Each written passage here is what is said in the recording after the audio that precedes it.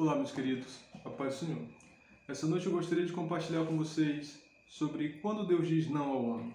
Teremos como base o texto dessa noite, Deuteronômio capítulo 3, versículo 23 ao 26, que diz assim: Também eu pedi graças ao Senhor, no mesmo tempo dizendo: Senhor Jeová, já começaste a mostrar a teu servo a tua grandeza e a tua forte mão, porque Deus há nos céus e na terra, que possa fazer segundo as tuas obras e segundo a tua fortaleza?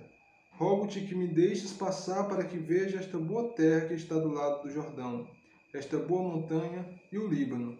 Porém o Senhor indignou-se muito contra mim, por causa de vós, e não me ouviu. Antes o Senhor me disse: basta, não me fale mais neste negócio. Moisés foi um grande homem de Deus. Começamos a falar desde o seu nascimento. Seus pais, quando o rei do Egito, Faraó, proibiu que se tivesse filhos homens, porque se tivesse, ele seria morto. Seus pais foram corajosos o suficiente para ainda assim querer ter filhos, e quando tiveram seu filho, eles ainda o esconderam durante 3 meses, e depois ele foi levado no Nilo em um cesto, até que chegou a filha de Faraó e foi criado como se fosse príncipe. Então ele experimentou o nascimento milagroso da parte do Senhor. Depois de 40 anos, foi para o deserto. Lá no deserto, passou muito tempo longe do Egito e longe da sua família. Até que um dia, Deus aparece para ele no meio de uma sarça ardente. E estava pegando fogo aquela sarça. E Deus disse para Moisés: Moisés, tira a sandália dos teus pés, porque o lugar onde tu estás é terra santa. Naquele momento, Deus chama Moisés para enviá-lo ao Egito para libertar o seu povo que estava lá, já há mais de 400 anos de escravidão. E esse povo precisava de um guia. E quem foi que Deus escolheu? Moisés. Moisés foi um homem que viveu grandes coisas na presença de Deus. Além de ver a sarça ardente, ele pôde, por meio das mãos dele, ser levado a 10 pragas para o Egito. Deus operou de forma miraculosa, grandiosa, poderosa no Egito, por meio das mãos de Moisés e de Arão.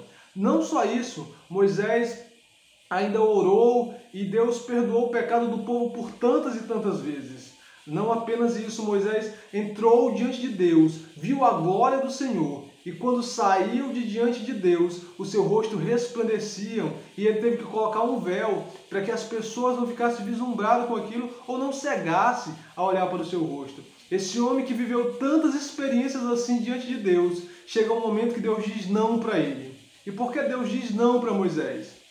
Porque Moisés, ele desobedeceu a ordem de Deus.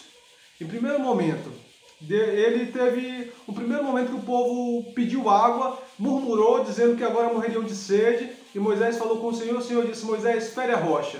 E Moisés feriu a rocha, e da rocha saiu água, e aquele povo bebeu.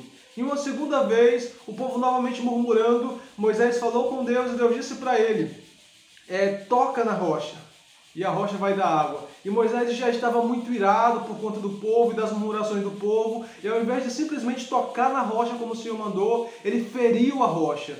E a rocha de fato brotou água, mas naquele dia Moisés perdeu o seu direito de entrar na terra prometida. Eu acredito que para Moisés aquilo seria o ápice para ele, porque ele foi lá em todo aquele tempo, por mais ou menos 40 anos, conduzindo aquele povo. O que ele mais queria, talvez, era ver aquela boa terra. E não só isso, Moisés já tinha visto as maravilhas que Deus estava fazendo. Os filhos de Israel estavam conquistando todos os reinos ali por perto. Tanto é que ele diz assim: Senhor, já começamos a ver a tua boa mão. O Senhor tem operado diante de nós. Mas o Senhor manteve a sua palavra e disse: Moisés, nem me fale mais desse negócio. Quem sabe quantas e quantas vezes Moisés foi lá insistir com Deus, e chegou o momento de Deus se irar e dizer para ele: Moisés, não adianta tu me falar, porque tu não vai entrar nessa terra, por conta da tua desobediência. Aquela rocha simbolizava Cristo. Então quando ele feriu a primeira vez, simbolizava a morte de Cristo. Então ele não precisaria ferir uma segunda vez, apenas tocar na rocha, mas ele feriu, desobedecendo a Deus. Então quando nós desobedecemos a Deus, temos consequências seríssimas, e muitas vezes é ouvir o não de Deus.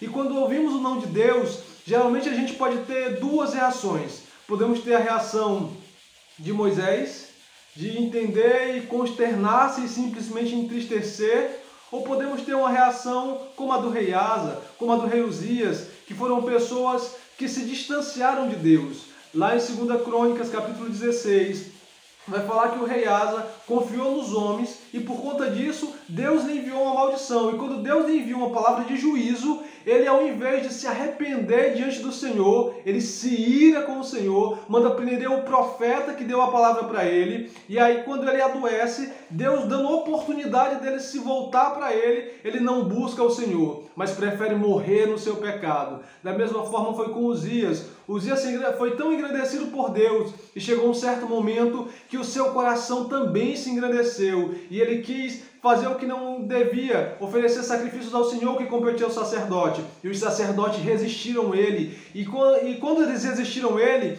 ele foi ferido de uma lepra. E quando ele foi ferido dessa lepra, ele teve que ser separado. E ao invés de se arrepender, voltar para o Senhor, ele continuou na dureza do seu coração. Esses são os perigos de, às vezes, pecarmos contra o Senhor. Porque muitas vezes, claro que quando nós pecarmos contra o Senhor, virá o juízo sobre nós. E quando vem o juízo sobre nós, que nós recebemos no nome de Deus, há duas respostas. E muitas pessoas, elas preferem se distanciar de Deus. Muitas pessoas, elas preferem ficar dentro do seu próprio egoísmo e se afastar do nosso Criador. Esse é o perigo de Saul, que preferiu manter as aparências quando pecou contra Deus, diferente de um Davi, que foi lá e se arrependeu diante do Senhor, rasgou as suas vestes, mesmo diante do severo juízo de Deus. Meus queridos, essa é a reflexão para nós essa noite. O que separa o verdadeiro cristão daquelas pessoas que servem a Deus puro e simplesmente por interesse é como eles reagem diante do não de Deus. Porque um homem como Moisés, que viu tantas e tantas vezes Deus operar e agora está diante do não de Deus, para ele poderia ser a coisa mais dolorosa que tem. Porque quando o crente ora, que ele vê Deus operando, talvez a pior coisa não são as circunstâncias difíceis. Porque quando tem circunstâncias difíceis que nós corremos para os pés do Senhor, que Ele opera, isso é maravilhoso. O problema é quando está nas circunstâncias difíceis e nós corremos para os pés do Senhor e o Senhor diz assim: eu não vou te atender. Como aconteceu com o apóstolo Paulo. O apóstolo Paulo estava sendo chicoteado, o apóstolo Paulo estava apanhando, sendo esbofeteado por um mensageiro de Satanás. E quando ele orou para Deus e deu para que tirasse o espinho da carne dele, o que Deus falou para ele? A minha graça te basta. Nem sempre Deus vai nos dar a resposta que nós queremos. Nem sempre Deus vai chegar para nós e nos tirar das situações difíceis. Nem sempre Deus vai fazer aquilo que nós queremos que Ele faça. E isso é o que separa o verdadeiro cristão de quem não é cristão. Porque aqueles que de fato temem a Deus, quando Deus lhes dizem não, eles vão se contristar diante do Senhor, com certeza vão, mas eles vão se humilhar perante a potente mão do Senhor. Enquanto aqueles que não temem ao Senhor, aqueles que só o buscam por interesse, vão se afastar. E aí vai ser manifestado o orgulho do seu coração. E é nesse momento que essas pessoas morrem em seus pecados e já não há mais esperança. Que possamos ser como Moisés, nos humilhar diante do Senhor, como Davi e tantos outros homens que ouviram o não de Deus e continuaram servindo. Que esses homens possam nos inspirar a não adorar a Deus apenas quando Deus nos dá o que nós queremos, mas adorar a Deus em todas as circunstâncias. Quando Deus nos abençoa, mas quando Deus também permite o mal vir sobre as nossas vidas. Quando Deus muda as circunstâncias, mas quando Deus usa as circunstâncias também para nos mudar. Porque todas as coisas cooperam para o nosso bem. Romanos 8:28. Todas as coisas contribuem conjuntamente para o bem daqueles que amam a Deus, daqueles que foram chamados pelo seu decreto. Espero que essa mensagem possa fortalecer o seu coração nessa noite e quando você assisti-la, em nome de Jesus. Amém.